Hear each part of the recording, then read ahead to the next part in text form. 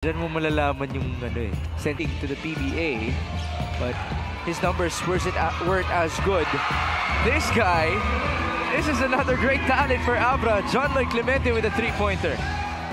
If you're going up at a very talented squad in Abra, pero yung pagsasama nitong Batangas, hindi mo na mahirap talunin, but just a while ago.